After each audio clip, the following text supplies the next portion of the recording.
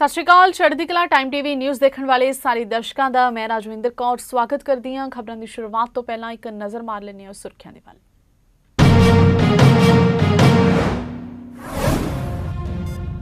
PM Modi का सिक्किम दौरा रद्द। डिजिटल माध्यम राही किया स्थापना दिवस को संबोधन। पश्चिमी बंगाल के बागडोगरा तो वीडियो कॉन्फ्रेंस की।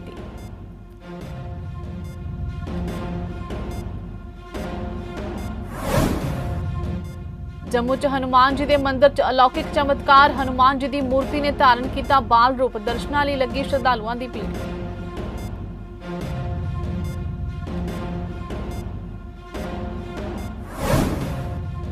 एमएलए रमन अरोड़ा के मामले च नवा मोड़। मामले च सामने आए गवाह। शिकंजे च आई एक महिला इंस्पैक्टर।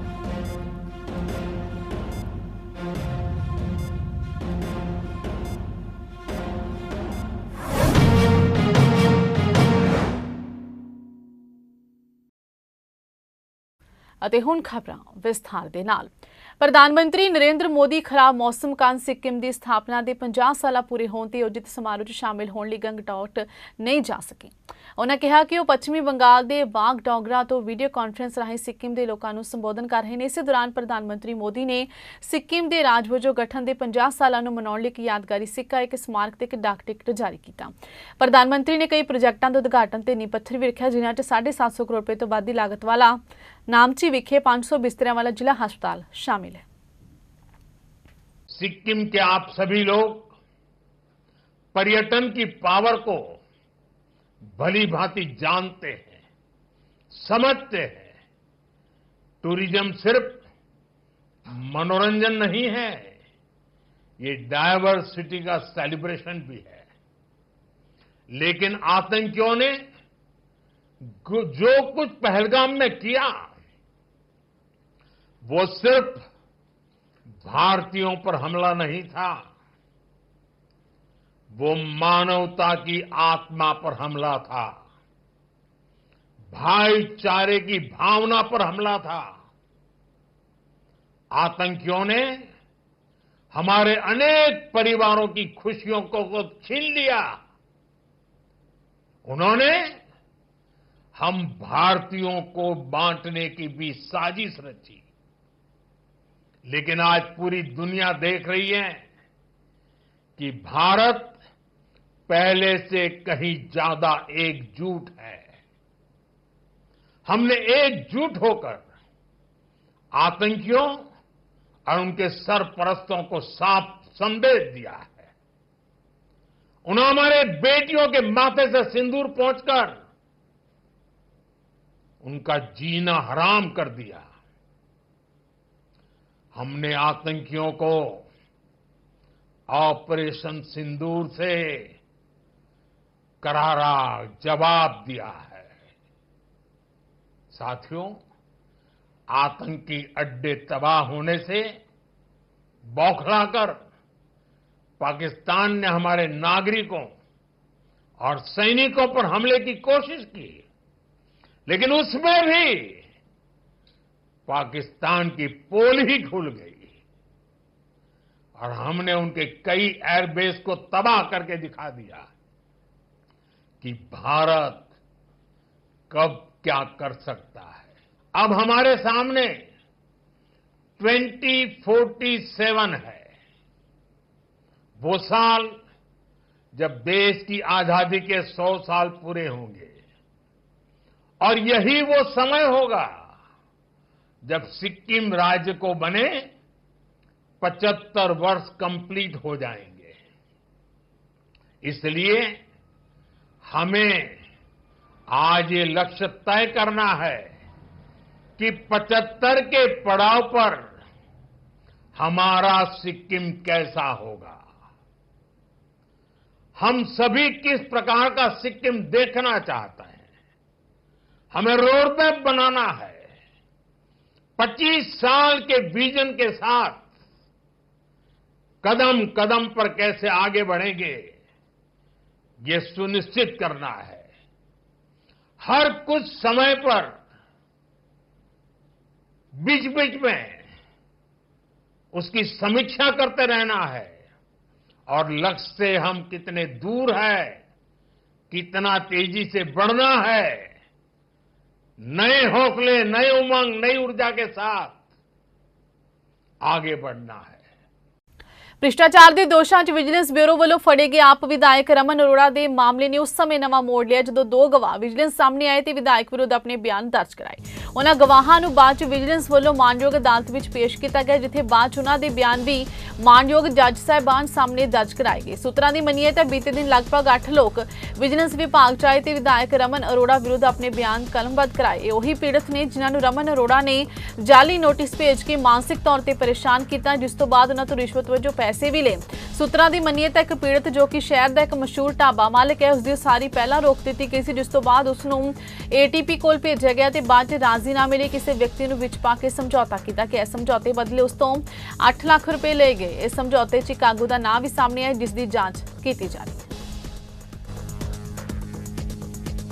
ਕੈਬਨਿਟ ਮੰਤਰੀ ਡਾਕਟਰ ਰਵਜੋਤ ਸਿੰਘ ਜ਼ੀਰਕਪੁਰ ਵਿਖੇ ਡਰੇਨ ਦੀ ਸਫਾਈ ਦੇ ਪ੍ਰਬੰਧਾਂ ਦਾ ਜਾਇਜ਼ਾ ਲੈਣ ਪਹੁੰਚੇ। ਇਸ ਦੌਰਾਨ ਡਾਕਟਰ ਰਵਜੋਤ ਸਿੰਘ ਨੇ ਕਿਹਾ ਕਿ ਉਹਨਾਂ ਵੱਲੋਂ ਬਰਸਾਤ ਦੇ ਸੀਜ਼ਨ ਤੋਂ ਪਹਿਲਾਂ ਡਰੇਨ ਦੀ ਪੂਰੀ ਸਫਾਈ ਕਰਵਾਈ ਜਾ ਰਹੀ ਹੈ ਤਾਂ ਜੋ ਬਰਸਾਤਾਂ ਦੌਰਾਨ ਕਿਸੇ ਤਰ੍ਹਾਂ ਦੀ ਦਿੱਕਤ ਨਾ ਆਵੇ ਤੇ ਪਾਣੀ ਦੀ ਨਿਕਾਸੀ ਸਹੀ ਢੰਗ ਨਾਲ ਹੋ ਸਕੇ, ਜਿਸ ਦੇ ਲਈ ਪੂਰਾ ਐਸਟੀਮੇਟ ਲਗਾ ਕੇ ਸਫਾਈ ਕਰਮੀਆਂ ਦੀ ਡਿਊਟੀ ਲਗਾਈ ਜਾ ਰਹੀ ਹੈ।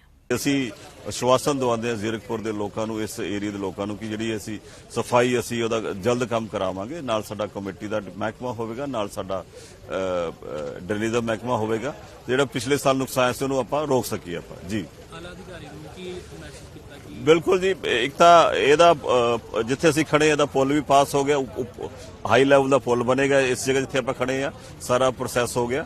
ਤੇ ਦੂਜੀ ਗੱਲ ਜਿਹੜੀ ਗੰਦਗੀ ਕਰਕੇ ਜਿਹੜਾ ਤੁਸੀਂ ਦੇਖ ਵੀ ਸਕਦੇ ਹੋ, ਦਿਖਾ ਵੀ ਸਕਦੇ ਹੋ ਕਿ ਕਾਫੀ ਬਲੌਕੇਜ ਹੈਗੀ ਆ, ਤੇ ਇਹਦਾ ਵੀ ਅਸੀਂ ਆਪਾਂ ਬਹੁਤ ਜਲਦੀ ਦੀ ਸਫਾਈ ਕਰਾਵਾਂਗੇ। ਬੀਤੇ ਕੁਝ ਦਿਨ ਪਹਿਲਾਂ ਚੜ੍ਹਦੀ ਕਲਾ ਅਖਬਾਰ ਨੇ ਐਸਜੀਪੀਸੀ ਨੂੰ ਵੀ ਉਸਾਰੀ ਅਧੀਨ ਚੱਲ ਰਹੀਆਂ ਸਰਾਵਾਂ ਦੇ ਸਬੰਧ ਵਿੱਚ ਖਬਰ ਨਸ਼ਰ ਕੀਤੀ ਸੀ, ਜਿਸ ਵਿੱਚ ਇੱਕ ਕਮੇਟੀ ਗਠਿਤ ਕਰਨ ਬਾਰੇ ਕਿਹਾ ਗਿਆ ਸੀ। ਅੱਜ ਉਸ ਖਬਰ ਦਾ ਅਸਰ ਦੇਖਦੇ ਹੋਏ ਪ੍ਰਧਾਨ ਐਡਵੋਕੇਟ ਹਰਜਿੰਦਰ ਸਿੰਘ ਧਾਮੀ ਨੇ ਉਸਾਰੀ ਅਧੀਨ ਬਣ ਰਹੀਆਂ ਸਰਾਵਾਂ ਦਾ ਜਾਇਜ਼ਾ ਲਿਆ ਤੇ ਨਿਰਮਾਣ ਕਾਰਜਾਂ ਨੂੰ ਤੇਜ਼ੀ ਨਾਲ ਕਰਨ ਲਈ ਕਿਹਾ। ਸੱਚਖੰਡ ਸ੍ਰੀ ਹਰਿਮੰਦਰ ਸਾਹਿਬ ਵਿਖੇ ਨਤਮਸਤਕ ਹੋਣ ਪੁੱਜਦੀ ਸੰਗਤ ਦੇ ਠਹਿਰਨ ਲਈ ਨਵੀਆਂ ਸਰਾਵਾਂ ਦਾ ਨਿਰਮਾਣ ਕਾਰਜ ਤੇਜ਼ੀ ਨਾਲ ਜਾਰੀ ਹੈ ਤੇ ਇਸ ਤਹਿਤ 3 ਸਰਾਵਾਂ ਇਸੇ ਸਾਲ 'ਚ ਮੁਕੰਮਲ ਕਰਕੇ ਸੰਗਤ ਨੂੰ ਅਰਪਿਤ ਕੀਤੀਆਂ ਜਾਣਗੀਆਂ। ਪ੍ਰਗਟਾਵਾ ਸ਼੍ਰੋਮਣੀ ਕਮੇਟੀ ਦੇ ਪ੍ਰਧਾਨ ਐਡਵੋਕੇਟ ਹਰਜਿੰਦਰ ਸਿੰਘ ਧਾਮੀ ਨੇ ਸਰਾਵਾਂ ਦੇ ਚੱਲ ਰਹੇ ਕਾਰਜਾਂ ਦਾ ਜਾਇਜ਼ਾ ਲੈਣ ਮੌਕੇ ਕੀਤਾ।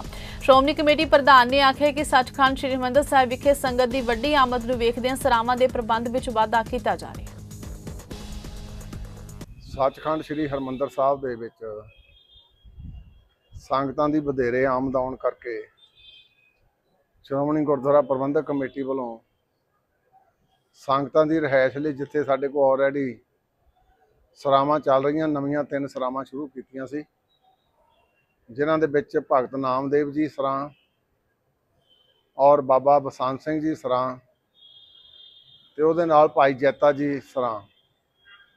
ਇਹ ਤਿੰਨੇ ਸਰਾਵਾਂ ਜਿਹੜੀਆਂ ਇਹਨਾਂ ਦੇ 6ਵੀਂ ਮੰਜ਼ਿਲ ਤੱਕ ਲੈਂਟਰ ਪੈ ਚੁੱਕੇ ਆ ਤੇ ਉਤਲੀਆਂ ਇੱਕ ਜਿਹੜੀ ਬਿਲਡਿੰਗ ਉਹਦੀ ਇੱਕ ਉੱਤੇ ਪੈਣੀ ਮੰਜ਼ਿਲ ਤੇ ਦੂਸਰੀਆਂ ਦੋਹਾਂ ਦੀ 2-2 ਮੰਜ਼ਿਲਾਂ ਬਣ ਕੇ 8-8 ਮੰਜ਼ਲੀਆਂ ਇਹ ਜਿਹੜੀਆਂ ਇਹ ਸਰਾਵਾਂ ਤਿਆਰ ਹੋ ਰਹੀਆਂ, ਜਿਹਦੇ ਵਿੱਚ ਲਗਭਗ 257 ਕਮਰੇ ਤੇ ਨਾਲ 30 ਹਾਲ।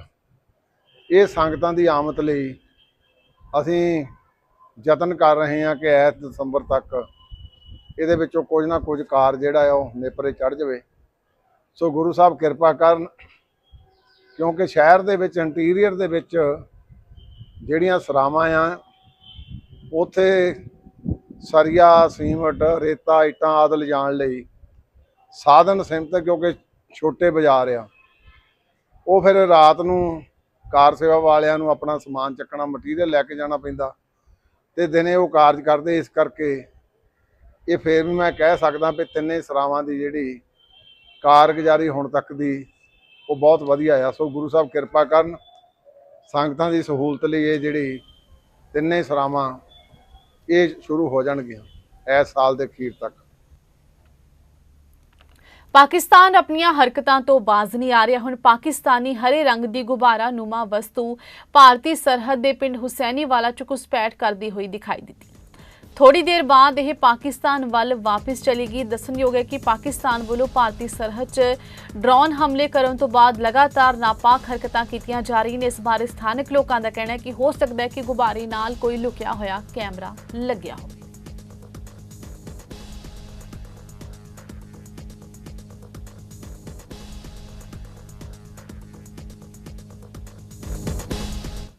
ਮੁਜ਼ੱਫਰਨਗਰ ਦੇ ਇੱਕ ਸਕੂਲ ਦੀ 8ਵੀਂ ਜਮਾਤ ਦੀ ਵਿਦਿਆਰਥਣ ਨੇ ਅਧਿਆਪਕ ਤੇ ਛੇੜਛਾੜ ਦਾ ਦੋਸ਼ ਲਗਾਇਆ।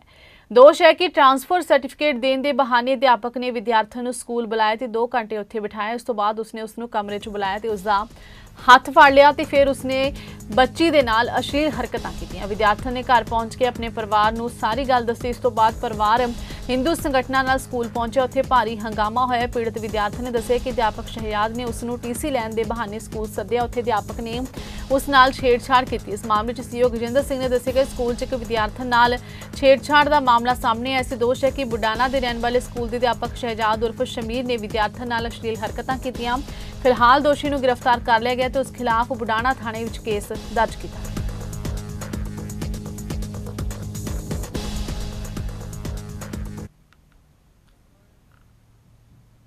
ਜੰਮੂ ਦੇ ਲਖਦਾਤਾ ਬਾਜ਼ਾਰ 'ਚ ਸਥਿਤ ਮਨੋਕਾਮਨਾ ਸਿੱਧ ਹਨੂਮਾਨ ਮੰਦਿਰ 'ਚ ਸਵੇਰੇ ਇੱਕ ਚਮਤਕਾਰ ਹੋਇਆ, ਜਿਸ ਨੇ ਸ਼ਰਧਾਲੂਆਂ ਦੀ ਆਸਥਾ ਨੂੰ ਹੋਰ ਡੂੰਘਾ ਕਰ ਦਿੱਤਾ। ਮੰਦਿਰ ਦੇ ਪੁਜਾਰੀ ਦੇ ਅਨੁਸਾਰ ਜਦੋਂ ਦੇਰ ਰਾਤ ਨੂੰ ਮੰਦਿਰ ਦੇ ਦਰਵਾਜ਼ੇ ਬੰਦ ਕੀਤੇ ਗਏ ਸਨ ਤਾਂ ਹਨੂਮਾਨ ਜੀ ਦੀ ਮੂਰਤੀ ਆਪਣੇ ਆਮ ਰੂਪ 'ਚ ਸੀ। ਜਦੋਂ ਸਵੇਰੇ ਠੀਕ 5:30 ਵਜੇ ਦਰਵਾਜ਼ੇ ਖੋਲ੍ਹੇ ਗਏ ਤਾਂ ਸ਼ਰਧਾਲੂਆਂ ਨੇ ਦੇਖਿਆ ਕਿ ਮੂਰਤੀ ਨੇ ਆਪਣਾ ਰੂਪ ਬਦਲ ਲਿਆ ਤੇ ਇੱਕ ਬਾਲ ਰੂਪ ਧਾਰਨ ਕਰ ਲਿਆ। ਮੰਦਿਰ ਦੇ ਪੁਜਾਰੀ ਨੇ ਕਿਹਾ ਕਿ ਮੈਂ ਪਹਿਲੀ ਵਾਰ ਅਜਿਹਾ ਚਮਤਕਾਰ ਦੇਖਿਆ। ਅੱਜ ਸਵੇਰੇ ਜਿਵੇਂ ਹੀ ਦਰਵਾਜ਼ੇ ਖੋਲ੍ਹੇ ਮੈਂ ਦੇਖਿਆ ਕਿ ਹਨੂਮਾਨ ਜੀ ਬਾਲ ਰੂਪ 'ਚ ਬੈਠੇ ਸਨ। ਯਕੀਨੀ ਤੌਰ ਤੇ ਸ਼ਰਧਾਲੂਆਂ ਦੇ ਉਹਨਾਂ ਦੀ ਕਿਰਪਾ ਦਾ ਪ੍ਰਤੀਕ ਹੈ। ਸ਼ਰਧਾਲੂਆਂ ਨੇ ਇਸ ਰੂਪ ਨੂੰ ਭਗਵਾਨ ਦਾ ਬ੍ਰਹਮ ਖੇਡ ਮੰਨਿਆ। ਇਸ ਨੂੰ ਜੀਵਨ ਦਾ ਸਭ ਤੋਂ ਪਵਿੱਤਰ ਪਲ ਕਿਹਾ। ਸ਼ਰਧਾਲੂਆਂ ਦਾ ਇਹ ਵੀ ਮੰਨਣਾ ਹੈ ਕਿ ਹਨੂਮਾਨ ਜੀ ਨੇ ਬਾਲ ਰੂਪ 'ਚ ਪ੍ਰਗਟ ਹੋ ਕੇ ਸੰਕੇਤ ਦਿੱਤਾ ਕਿ ਖੁਦ ਆਪਣੇ ਸ਼ਰਧਾਲੂਆਂ ਦੀਆਂ ਇੱਛਾਵਾਂ ਪੂਰੀਆਂ ਕਰਨ ਲਈ ਆਏ ਨੇ। ਭੀੜ ਨੂੰ ਧਿਆਨ 'ਚ ਰੱਖਦੇ ਹੋਏ ਮੰਦਿਰ ਪ੍ਰਬੰਧਨ ਦੁਆਰਾ ਵਿਸ਼ੇਸ਼ ਪ੍ਰਬੰਧ ਕੀਤੇ ਗਏ। ਦਿਨ ਭਰ ਹਨੂਮਾਨ ਚਾਲੀਸਾ, ਸੁੰਦਰਕਾਂਡ ਦੇ ਪਾਠ ਤੇ ਭਜਨ ਕੀਰਤਨ ਗੂੰਜਦਾ ਰਿਹਾ। ਸ਼ਰਧਾਲੂਆਂ ਨੇ ਲੱਡੂ ਸਿੰਧੂਰ ਤੇ ਚੋਲਾ ਚੜਾ ਕੇ ਆਪਣੀ ਸ਼ਰਧਾ ਪ੍ਰਗਟ ਕੀਤੀ।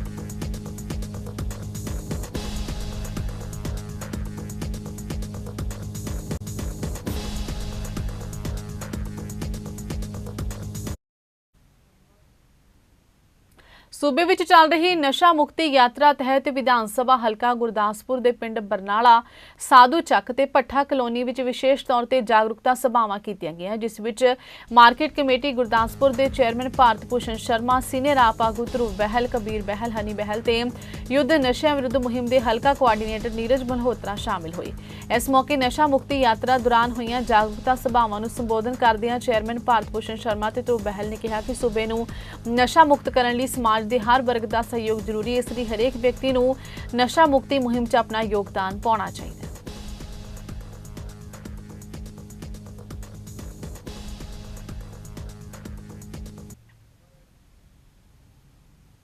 ਅੰਮ੍ਰਿਤਸਰ ਦੇ ਮਜੀਠਾ ਰੋਡ ਦੇ ਨਜ਼ਦੀਕ ਰਾਮਨਗਰ ਕਲੋਨੀ 'ਚ ਉਸ ਵੇਲੇ ਸਨਸਨੀ ਫੈਲ ਗਈ ਜਦੋਂ ਇੱਕ ਔਰਤ ਵੱਲੋਂ ਪੱਖੇ ਦੇ ਨਾਲ ਫਾਹਾ ਲੈ ਕੇ ਆਪਣੀ ਜੀਵਨ ਲੀਲਾ ਸਮਾਪਤ ਕਰ ਲਈ ਗਈ। ਦੱਸਣਯੋਗ ਹੈ ਕਿ ਜਿਸ ਔਰਤ ਵੱਲੋਂ ਖੁਦਕੁਸ਼ੀ ਕੀਤੀ ਗਈ ਹੈ ਉਸ ਦੇ ਪਤੀ ਵੱਲੋਂ 2 ਵਿਆਹ ਕੀਤੇ ਗਏ ਨੇ ਤੇ ਉਸ ਦੀ ਦੂਸਰੀ ਧਰਮ ਪਤਨੀ ਤੇ ਇਹ ਰਾਮਨਗਰ ਕਲੋਨੀ ਦੇ ਵਿੱਚ ਕਿਰਾਏ ਤੇ ਰਹਿੰਦੀ ਸੀ। ਹਾਲਾਂਕਿ ਮੌਕੇ ਤੇ ਪਹੁੰਚੀ ਪੁਲਿਸ ਵੱਲੋਂ ਮਾਮਲੇ ਦੀ ਬਰੀਕੀ ਨਾਲ ਜਾਂਚ ਕੀਤੀ ਜਾ ਰਹੀ ਹੈ ਤੇ ਦੋਸ਼ੀਆਂ ਨੂੰ ਗ੍ਰਿਫਤਾਰ ਕਰਕੇ ਉਹਨਾਂ ਦੇ ਖਿਲਾਫ ਕਾਰਵਾਈ ਕਰਨ ਦੀ ਗੱਲ ਕੀਤੀ ਜਾ ਰਹੀ ਹੈ। ਮ੍ਰਿਤਕਾਂ ਦੇ ਪਰਿਵਾਰ ਦਾ ਕਹਿਣਾ ਹੈ ਕਿ ਉਹਨਾਂ ਦਾ ਕਿਸੇ ਵੀ ਤਰ੍ਹਾਂ ਦੀ ਕੋਈ ਲੜਾਈ ਝਗੜਾ ਨਹੀਂ ਸੀ। ਇਸ ਬਾਰੇ ਪੁਲਿਸ ਦੇ ਜਾਂਚ ਅਧਿਕਾਰੀ ਦਾ ਕਹਿਣਾ ਹੈ ਕਿ ਉਹਨਾਂ ਵੱਲੋਂ ਜੋ ਵੀ ਦੋਸ਼ੀ ਪਾਇਆ ਗਿਆ ਉਸ ਖਿਲਾਫ ਕਾਰਵਾਈ ਕੀਤੀ ਜਾਵੇਗੀ।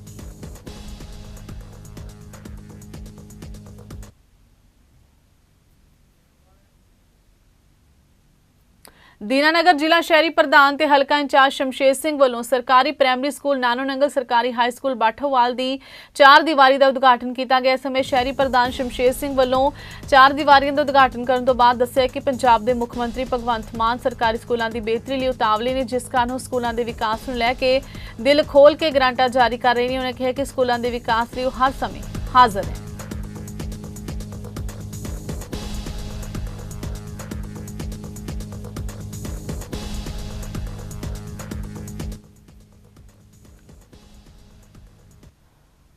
ਪੰਜਵੇਂ ਪਾਤਸ਼ਾਹ ਸ਼੍ਰੀ ਗੁਰੂ ਅਰਜਨ ਦੇਵ ਜੀ ਦੇ ਸ਼ਹੀਦੀ ਗੁਰਪੁਰਬ ਨੂੰ ਸਮਰਪਿਤ ਗੁਰੂ ਨਗਰੀ ਅੰਮ੍ਰਿਤਸਰ ਵਿਖੇ ਠੰਡੇ ਮਿੱਠੇ ਜਲ ਦੀਆਂ ਛਬੀਲਾਂ ਦੀ ਸ਼੍ਰੀ ਹਰਿਮੰਦਰ ਸਾਹਿਬ ਤੋਂ ਸ਼ੁਰੂਆਤ ਕੀਤੀ ਗਈ। ਸ਼੍ਰੀ ਅਕਾਲ ਤਖ਼ਤ ਸਾਹਿਬ ਦੇ ਬਾਹੀ ਵਾਲੇ ਪਾਸੇ ਪ੍ਰਵੇਸ਼ ਦੁਆਰ ਦੇ ਬਾਹਰ ਬਟਾਲੇ ਦੀ ਸੰਗਤ ਵੱਲੋਂ ਠੰਡੇ ਮਿੱਠੇ ਜਲ ਦੀ ਛਬੀਲ ਸ਼ੁਰੂ ਕੀਤੀ ਗਈ ਤੇ ਸੰਗਤਾਂ ਨੂੰ ਮਿੱਠਾ ਜਲ ਛਕਾਇਆ ਗਿਆ।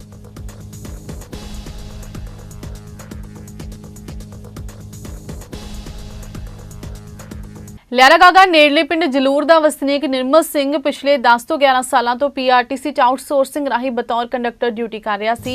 ਲੰਗੀ 16 ਮਈ ਤੋਂ ਲਾਪਤਾ ਸੀ, ਜਿਸ ਦੀ ਦੇਰ ਸ਼ਾਮ ਭਾਖੜਾ ਨਹਿਰ ਚੋਂ ਲਾਸ਼ ਬਰਾਮਦ ਹੋਈ ਹੈ। ਮ੍ਰਿਤਕ ਦੀ ਪਤਨੀ ਰੁਪਿੰਦਰ ਕੌਰ ਨੇ ਦੱਸਿਆ ਕਿ 16 ਮਈ ਦੀ ਸ਼ਾਮ ਨੂੰ ਉਹ ਘਰੋਂ ਬਿਨਾਂ ਦੱਸੇ ਚਲਾ ਗਿਆ, ਪਰ ਜਦੋਂ ਵਾਪਿਸ ਨਾ ਆਇਆ ਤਾਂ ਪਰਿਵਾਰਕ ਮੈਂਬਰਾਂ ਨੇ ਉਸ ਦੀ ਭਾਲ ਸ਼ੁਰੂ ਕੀਤੀ। 17 ਮਈ ਨੂੰ ਉਸ ਦੇ ਬੈਗ ਚੋਂ ਇੱਕ ਸੁਸਾਈਡ ਨੋਟ ਮਿਲਿਆ, ਜਿਸ ਵਿੱਚ ਲਿਖਿਆ ਹੋਇਆ ਸੀ ਕਿ ਪੀਆਰਟੀਸੀ ਚ ਕੰਮ ਕਰਦਾ ਉਸ ਦਾ ਡਰਾਈਵਰ ਸਾਥੀ ਉਸ ਨੂੰ ਪਿਛਲੇ ਦਿਨਾਂ ਤੋਂ ਤੰਗ ਪਰੇਸ਼ਾਨ ਕਰ ਰਿਹਾ ਸੀ। ਮ੍ਰਿਤਕ ਦੀ ਪਤਨੀ ਨੇ ਦੱਸਿਆ ਕਿ ਸੁਸਾਈਡ ਨੋਟ 'ਚ ਲਿਖਿਆ ਹੋਇਆ ਸੀ ਕਿ ਮੈਂ ਪੀਆਰਟੀਸੀ ਦੇ ਡਰਾਈਵਰ ਭਗਵਾਨ ਸਿੰਘ ਪਿੰਡ ਛਾਜਲਾ ਤੇ ਉਸ ਦੀ ਪਤਨੀ ਤੋਂ ਤੰਗ ਆ ਕੇ ਖੁਦਕੁਸ਼ੀ ਕਰ ਰਿਹਾ। ਪਰਿਵਾਰਕ ਮੈਂਬਰਾਂ ਨੇ ਸੂਬਾ ਸਰਕਾਰ ਤੇ ਪੁਲਿਸ ਪ੍ਰਸ਼ਾਸਨ ਤੋਂ ਦੋਸ਼ੀਆਂ ਖਿਲਾਫ ਕਾਰਵਾਈ ਕਰਨ ਦੀ ਮੰਗ ਕੀਤੀ ਹੈ।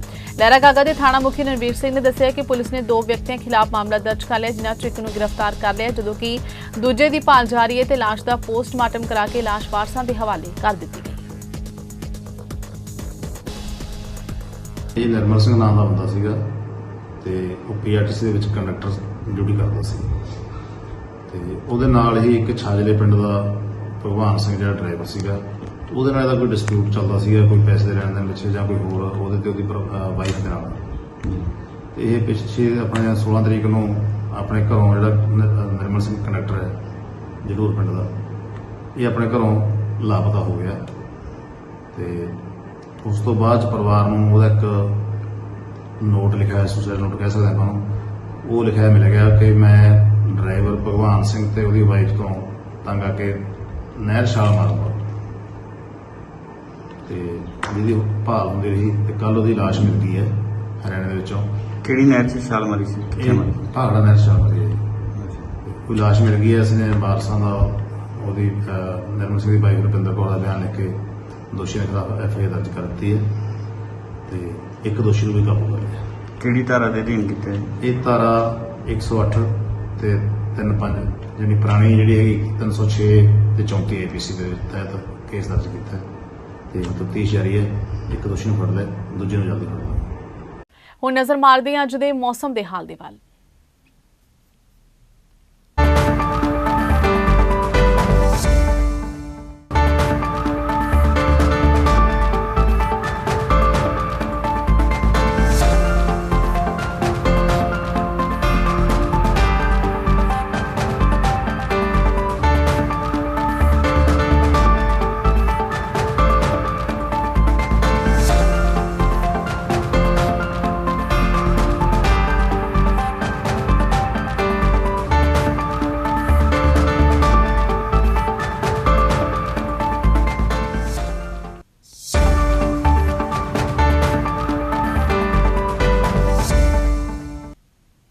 ਇਸ ਦੇ ਨਾਲ ਹੀ ਖਬਰਾਂ ਦਾ ਸਿਲਸਿਲਾ ਇੱਥੇ ਸਮਾਪਤ ਹੁੰਦਾ ਹੈ। ਨਵੀਆਂ ਤੇ ਤਾਜ਼ਾ ਖਬਰਾਂ ਦੇ ਨਾਲ ਫਿਰ ਹਾਜ਼ਰ ਹੋਵਾਂਗੇ। ਤਦ ਤੱਕ ਲਈ ਦਿਓ ਇਜਾਜ਼ਤ। ਧੰਨਵਾਦ।